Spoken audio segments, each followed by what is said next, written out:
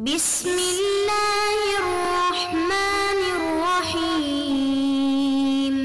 بسم الله الرحمن الرحيم. الحمد لله رب العالمين والعاقبة للمتقين والصلاة والسلام على أشرف الخلق والمرسلين وعلى آله وأصحابه وأتباعه أجمعين أما بعد. عزیز طلباء، کتاب الہدایہ جز 40 کا سبق نمبر 144 ہے، اور اس سبق میں ہم انشاءاللہ جنس مطالبۃ الکفیل قبل الاداء و بعدہ کے متعلق بات کریں گے، اور کتاب کی عبارت وَلَيْسَ لِلْكَفِيلِ أَن يُطَالِبَ مَكْفُولَ عَنْهُ سے لے کر لِأَنَّ هَذَا إِبْرَاءَ الْكَفِيلِ عَنِ الْمُطَالَبَةِ تک ہوگی۔ آتے ہیں سبق کے متعلق اصول کی طرف۔ تو اصل نمبر 1، من لحقه شيء من أحد يعامل بالمثل، کہ کسی کی طرف سے کسی کو کوئی ضرر پہنچ جائے تو ضرر پہنچانے والے کے ساتھ اسی طرح معاملہ کیا جا سکتا ہے۔ اصل نمبر 2، براءۃ الاصیل توجب براءۃ الکفیل، کہ اصیل کی براءت یہ کفیل کی براءت کو واجب کرتا ہے، یعنی اگر اصیل بری کیا گیا تو کفیل بھی بری ہو جائے گا۔ آتے ہیں کتاب کی عبارت کی طرف۔ قال وَلَيْسَ لِلْكَفِيلِ أَن يُطَالِبَ الْمَكْفُولَ عَنْهُ بِالْمَالِ قَبْلَ أَن يُؤَدِّيَ عَنْهُ لِأَنَّهُ لَا يَمْلِكُهُ قَبْلَ الْأَدَاءِ بخلاف الوكيل بالشراء حيث يرجع قبل الأداء لأنه انعقد بينهما مبادلة حكمية. قال فإن لوزم بالمال كان له أن يلازم المكفول عنه حتى يخلصه، وكذا إذا حبس كان له أن يحبسه لأنه لحقه ما لحقه من جهته فيعامله بمثله ليخلصه۔ اور کفیل کو یہ حق حاصل نہیں ہے کہ وہ ادائیگی سے پہلے مکفول عنہ سے مال کا مطالبہ کریں، اس لیے کہ ادا کرنے سے پہلے وہ مالک نہیں بنتا، برخلاف وکیل بالشراء کے کہ وہ ادا کرنے سے پہلے رجوع کر سکتا ہے، کیونکہ ان دونوں کے مابین مبادلہ حکمیہ منعقد ہوا ہے۔ پس اگر کفیل کا پیچھا کیا گیا تو اس کو حق ہوگا کہ وہ مکفول عنہ کا پیچھا کریں یہاں تک کہ وہ کفیل کو چھڑائیں، اور اسی طرح جب اس کو قید کیا گیا تو کفیل کو حق حاصل ہے کہ مکفول عنہ کو قید کرے، اس لیے کہ کفیل کو اسی کی وجہ سے یہ معاملہ پیش آیا ہے، لہٰذا اسی کی مثل اس کے ساتھ معاملہ کیا جائے گا تاکہ وہ کفیل کو چھڑائیں۔ قال وَلَيْسَ لِلْكَفِيلِ أَن يُطَالِبَ مَكْفُولَ عَنْهُ، یہاں سے مسئلہ بیان کیا جا رہا ہے کہ کفیل جب تک ادائیگی نہ کریں تب تک وہ مکفول عنہ سے اپنے مال کا مطالبہ نہیں کر سکتا، کیونکہ کفیل کا حق اسی وقت ثابت ہوتا ہے کہ جب وہ دین کا مالک بنتا ہے، اور دین کا مالک وہ تب بنتا ہے کہ جب وہ مکفول لہو کے دین کو ادا کرتا ہے۔ تو جب تک اس نے مکفول لہو کا دین ادا نہیں کیا تو وہ دین کا مالک نہیں بنا، تو جب مالک نہیں بنا اس کو رجوع کا حق بھی نہیں ہوگا۔ بخلاف الوکیل بالشراء، البتہ وکیل بالشراء وہ ثمن ادا کرنے سے پہلے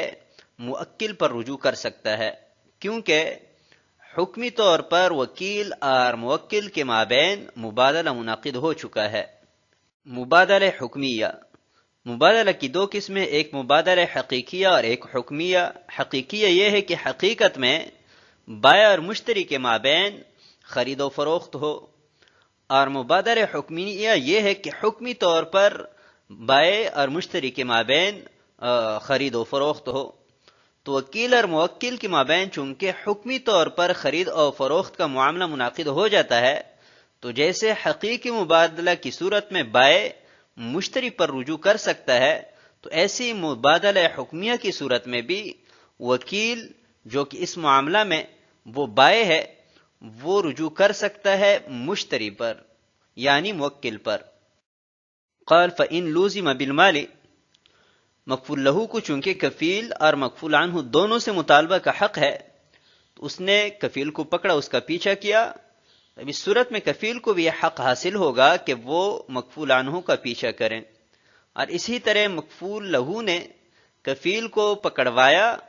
جیل خانے میں بند کروایا، تو کفیل کو بھی یہ حق حاصل ہوگا کہ وہ مکفول عنہ کو قید کروائیں، کیونکہ اس کو جو سزا مل رہی ہے مکفول عنہ ہی کی وجہ سے مل رہی ہے۔ تو جب تک کفیل کو مکفول عنہ اس سزا سے نہیں چھڑاتا تب تک مکفول عنہ کے ساتھ بھی یہی معاملہ ہوگا۔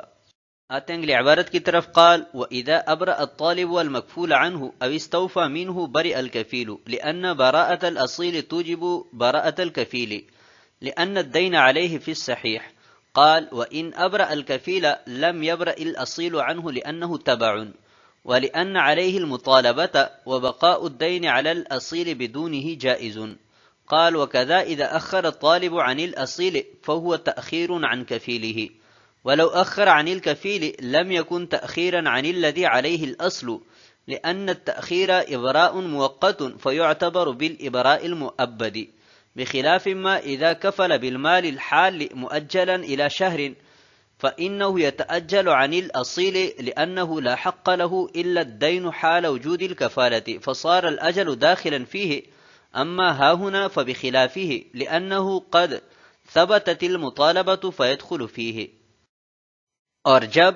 مکفول لہو نے مکفول عنہ کو بری کیا یا اس سے اپنا دین اصول کیا تو کفیل بری ہو جائے گا، اس لیے کہ اصیل کو بری کرنا واجب کرتا ہے کفیل کے بری کرنے کو، اور اس لیے کہ صحیح قول کے مطابق دین اسی پر ہے۔ اور اگر کفیل کو بری کیا تو اصیل بری نہیں ہوگا، اس لیے کہ کفیل تابع ہیں،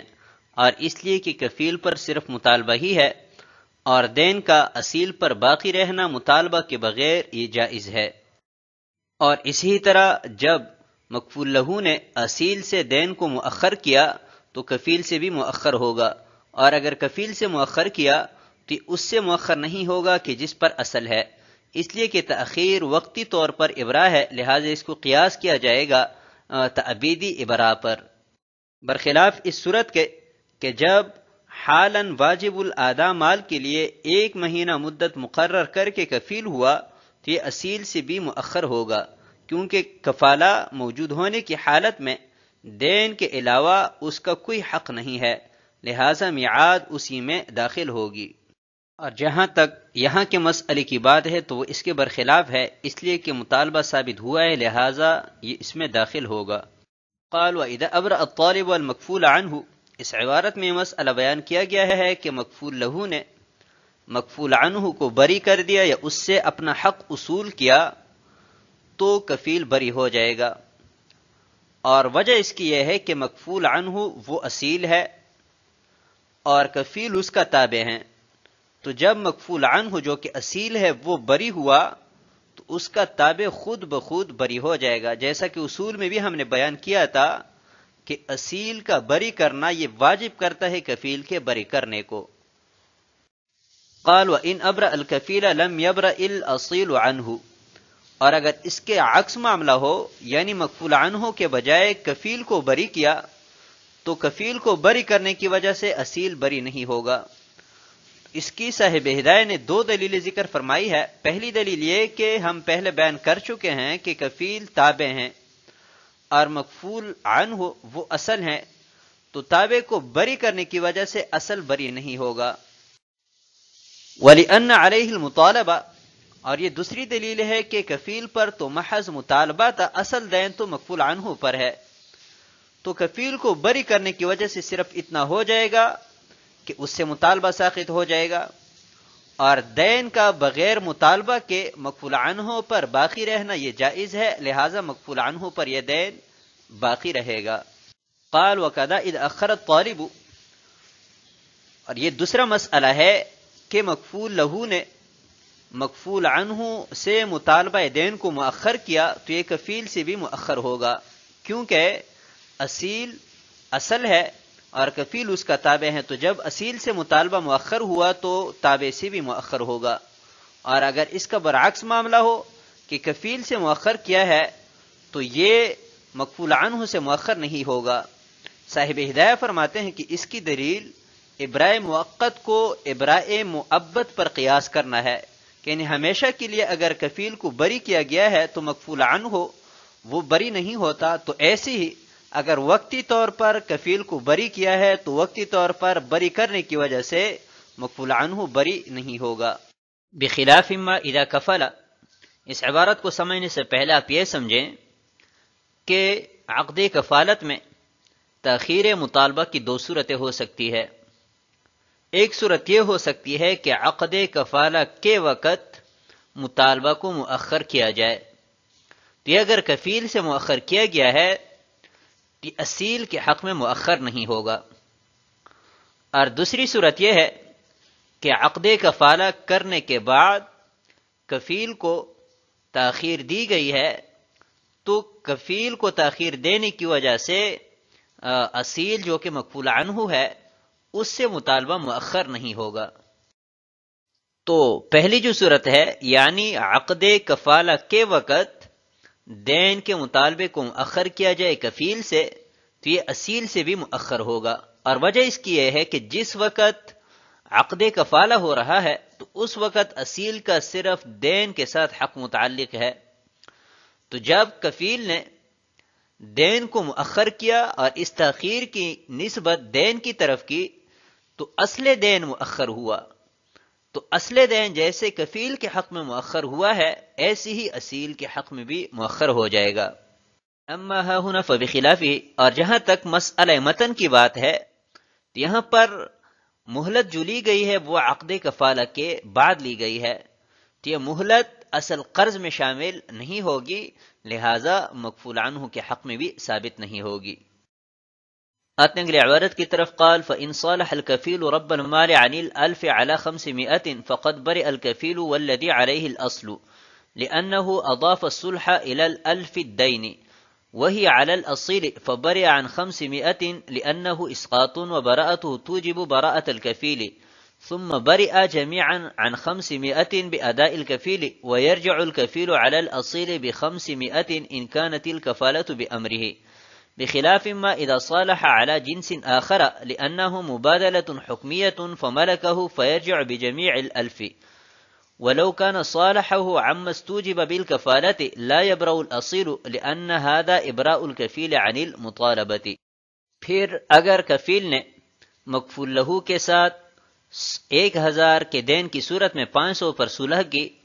تو کفیل بری ہو جائے گا، اور وہ بھی کہ جس پر اصل قرض ہے، اس لیے کہ اس نے صلح کو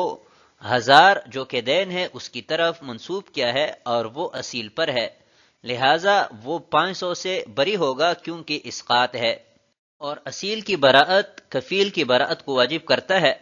پھر جب کفیل نے 500 ادا کیے تو دونوں بری ہوئے، اور کفیل اصیل پر 500 پر رجوع کرے گا اگر کفالہ اس کے حکم سے ہوا ہے، خلاف اس صورت کے کہ جب دوسری جنس پر صلح کی، اس لیے کہ یہ حکمی مبادلہ ہے لہٰذا کفیل مالک بن جائے گا اور وہ پورے 1000 پر رجوع کرے گا۔ اور اگر صلح اس حق پر کی ہے کہ جو کفالہ کی وجہ سے واجب ہوا ہے تو اصیل بری نہیں ہوگا، اس لیے کہ یہ کفیل کو مطالبہ سے بری کرنا ہے۔ قال فإن صالح الكفيل رب المال، اس عبارت میں مسئلہ بیان کیا گیا ہے کہ کفیل نے مکفول لہو کے ساتھ 1000 کے دین کی صورت میں 500 پر صلح کی،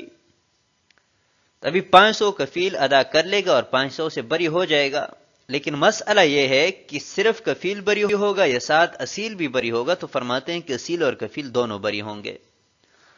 اور دلیل یہ ہے کہ اس صلح کی نسبت 1000 کی طرف کی گئی ہے جو کہ دین ہے، اور وہ دین اصیل کی ذمہ ہے،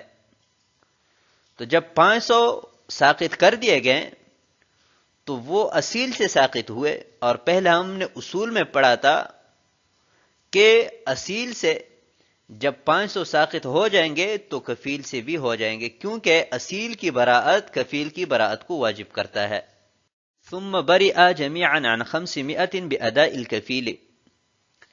500 تو ساقط کر دیے گئے 1000 میں سے، تو ابھی 500 باقی ہے، تو 500 جب کفیل ادا کر لے گا تو دونوں بری ہو جائیں گے۔ اس کے بعد دیکھنا یہ ہے کہ کفیل نے جو 500 ادا کیے ہیں خود ادا کیے ہیں یا مکفول عنہ کے حکم سے ادا کیے ہیں، اگر خود ادا کیے ہیں تو یہ متبرع ہے، اس صورت میں مکفول عنہ پر رجوع نہیں کرے گا، اور اگر مکفول عنہ کے حکم سے ادا کیے ہیں تو چونکہ اس کے حکم سے دین ادا کیا گیا ہے لہذا کفیل مکفول عنہ پر رجوع کرے گا۔ خلاف ما اذا صالح على جنس آخر، برخلاف اس صورت کے کہ جب کفیل نے مکفول لہو کے ساتھ صلح کی اور یہ صلح اس دین پر نہیں بلکہ اس کے کسی دوسرے جنس کی، مثلا مکفول عنہ کی ذمہ 1000 درہم تھے، اور کفیل نے مکفول لہو کے ساتھ جو صلح کی ہے وہ ایک بکری یا ایک موبائل پر کی، تو اس صورت میں کفیل اس 1000 درہم کا مالک بن جائے گا، کیونکہ کفیل اور مکفول لہو کے مابین جو معاملہ ہوا ہے، جو صلح ہوا ہے، یہ مبادلہ حکمیہ ہے، لہذا وہ 1000 کا مالک بن جائے گا جو مکفول عنہ کے ذمہ ہے، تو جب مالک بنا تو وہ پورے 1000 مکفول عنہ سے وصول کرے گا۔ وَلَوْ كَانَ صَالَحَهُ عَمَّا اسْتُوجِبَ بِالْكَفَالَةِ، اور اگر کفیل نے مکفول لہو کے ساتھ صلح کی ہے لیکن اس حق پر کہ جو کفالہ کی وجہ سے کفیل پر واجب ہوا ہے، یعنی اس سے دین کا مطالبہ کرنا، تو کفیل نے مکفول لہو سے کہا کہ مجھ سے آپ یہ 500 روپے لے لو اور جو مطالبہ کفالہ کی وجہ سے مجھ پر لازم ہوا ہے اس کو ساخط کر دو۔ مکفول لہو نے ایسے ہی کیا یا مفت میں اس کو بری کر دیا، تو کفیل کی اس براعت کی وجہ سے مکفول عنہ وہ بری نہیں ہوگا، کیونکہ یہاں پر کفیل سے صرف مطالبہ ساقط کیا گیا ہے اور وہ جو دین ہے وہ اپنی جگہ برقرار ہے، لہذا اس کا مطالبہ مکفول عنہ سے ہوگا۔ تو آج کے سبق کو ہم اسی پر ختم کرتے ہیں۔ والسلام علیکم ورحمۃ اللہ وبرکاتہ۔